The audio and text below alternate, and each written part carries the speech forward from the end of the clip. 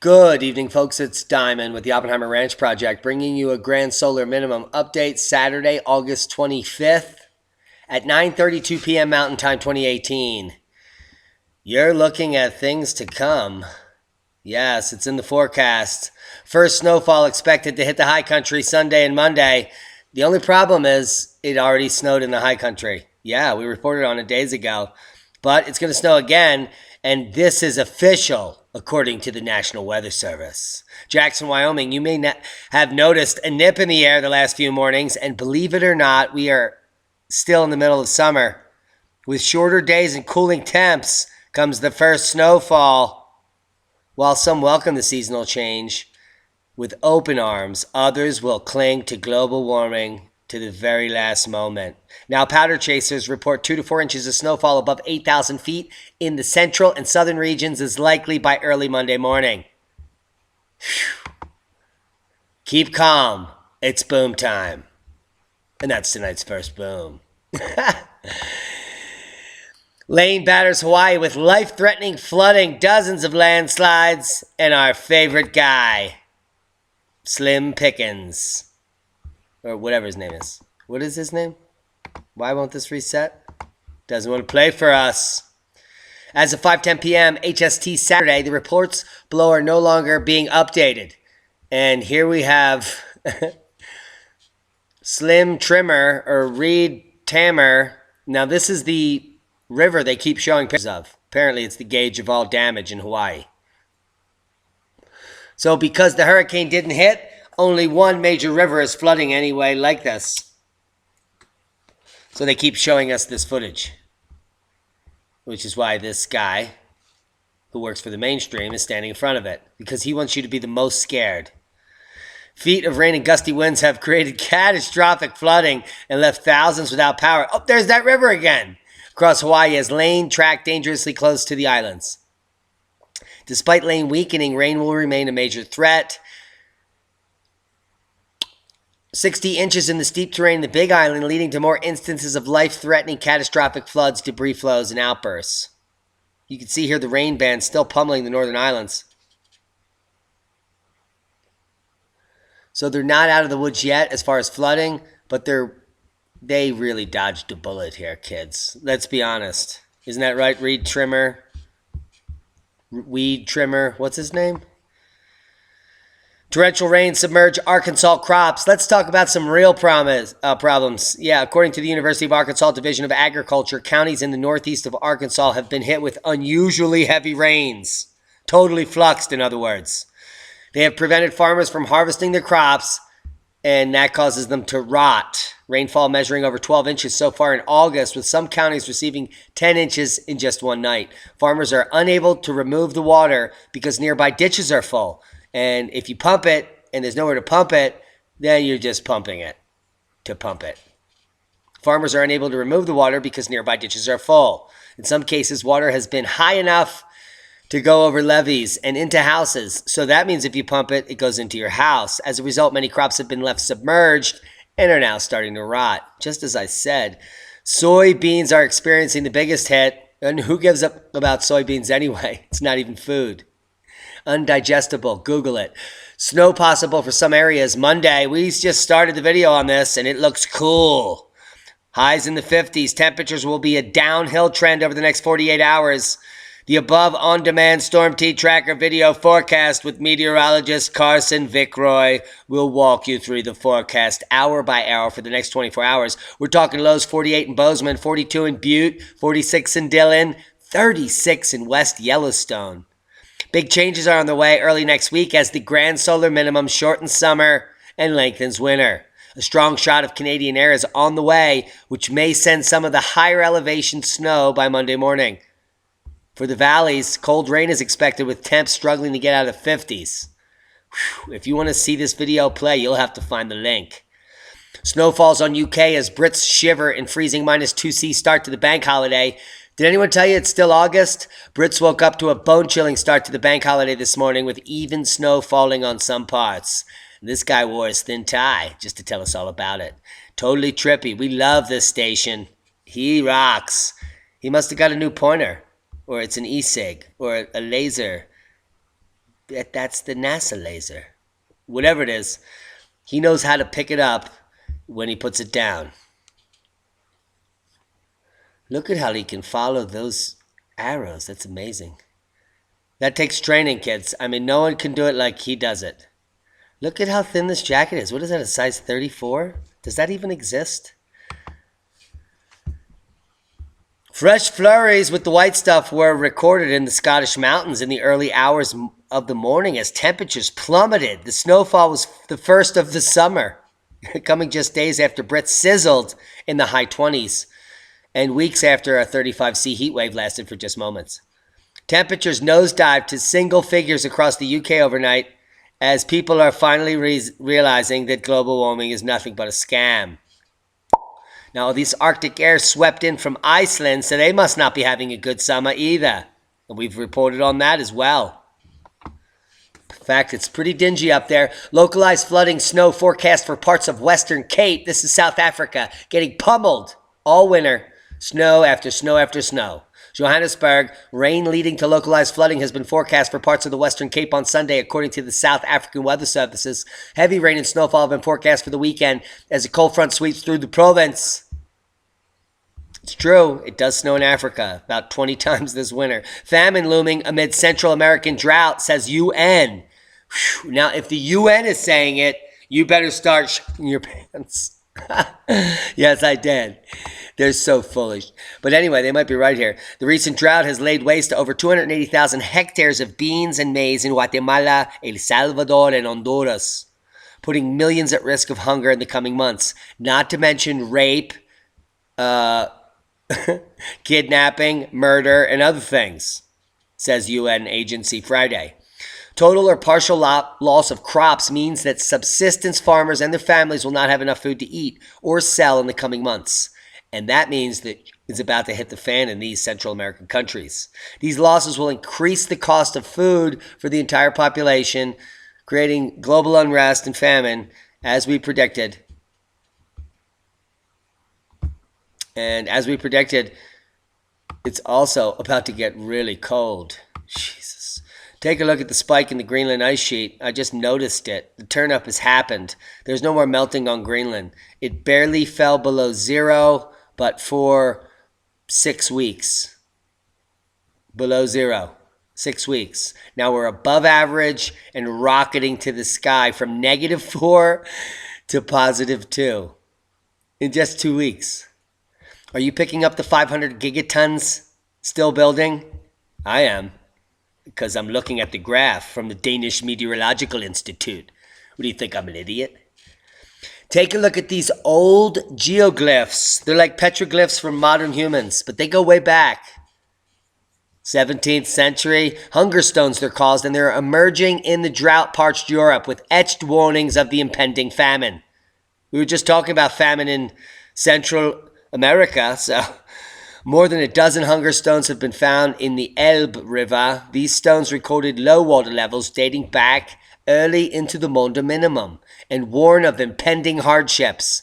Due to scorching temperatures, the water in the Czech River has dropped, revealing boulders that were once used to record extremely low water levels. These rocks are etched with dates going back into the Monde minimum. Carvings serve as haunting documentation of past climatic shifts. One of the rocks expressed that drought has brought a bad harvest, lack of food, high prices, and hunger for poor people. A German inscription on the same rock reads, "When you see me, weep." A later Czech message says, "Don't cry, girl, don't fret. When it's dry, just spray your field wet." Oh dear. Oh my. And that is the beginning of the Hunger Games, kids. Here's the latest from the observatory. Rain had little effect on the volcano. As the fearmongers spewed their vitriol, nothing occurred. Well, there was a small 3.0 uptick. There is some some earthquake activity here, up to 3.0, just south of Pu'u'o'o crater in the rift zone, eastern rift zone. And we do have a deep quake in the Fiji region kicking off at 563.2 kilometers. But we have some major quakes of note in the Aleutians. We had a 6.0 at Amtuka Island, Alaska.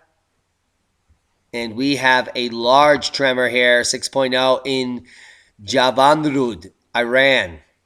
So heads up, the earth is rocking and it's not stopping.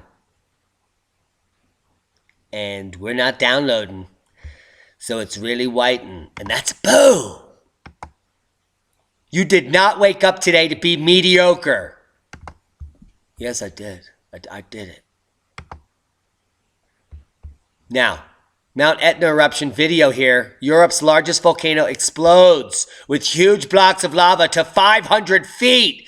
That's almost as tall as a small building. Maybe 38 stories. Whew. That's scary. No, it's not really. It's just a Strombolian eruption, which is pretty standard for the volcanoes in this region. I'll tell you what is scary, what the mainstream is not picking up on. 500-foot lava fountains is what tourists go see. But over in Papua New Guinea,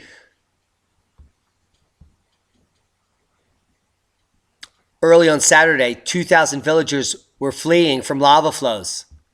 Yeah, Manam Island, just 10 kilometers wide, is one of the Pacific nation's most active volcanoes, erupting at VEI4 twice in the last decade. And it's home to 9,000 people who are now totally fluxed. 3 villages were directly in the path of the lava flow. Residents had to be evacuated to safer ground. The Rabaul Volcano Observatory reported the eruption began at 6 a.m., sending an ash column 50,000 feet above sea level. Not 500. But the mainstream media is not telling anyone about this one. The ash falls were so heavy that trees broke under the weight, the RVO said in an information bulletin that no one in the mainstream picked up. The most affected areas were totally fluxed. Baleu and Kalaguma. And due to very poor visibility caused by the ashfall, people are using torchlight to move around, meaning the sun is missing. It said. You want to talk about it? Boom. Talk about that lack of information coming from the mainstream. But I'm sure they're talking about our president and the court case and blah, blah, blah, blah, blah. Now, luckily, there is some information we can glean from this if we can download this. I might have to end this video early. It's raining out, thankfully. So just bear with me here. You did not wake up today to be mediocre, so bear with us. Now let's talk about some Earth science. Troposphere through mesosphere. Now, the Etna eruption was erupting down here. You can't even make a line. But the Papua New Guinea eruption that just occurred, Manam, is very significant. And you can see the big missing hole here in the side of the mountain that just blew up recently. Yeah, back in the centennial minimum. Now this eruption that just went off today went up to 15 kilometers up here. Now notice that is in the stratosphere in some regions. Now towards the equator, the stratosphere begins at 20 kilometers. Up in the polar regions, it's as low as 7 kilometers. But I guarantee you we are getting penetrations into the stratosphere. If you don't believe me, come over here to Shamapedia. They can tell you exactly what I told you. Now, if you're wondering about the VEI index of this particular volcano, we probably will never get it. But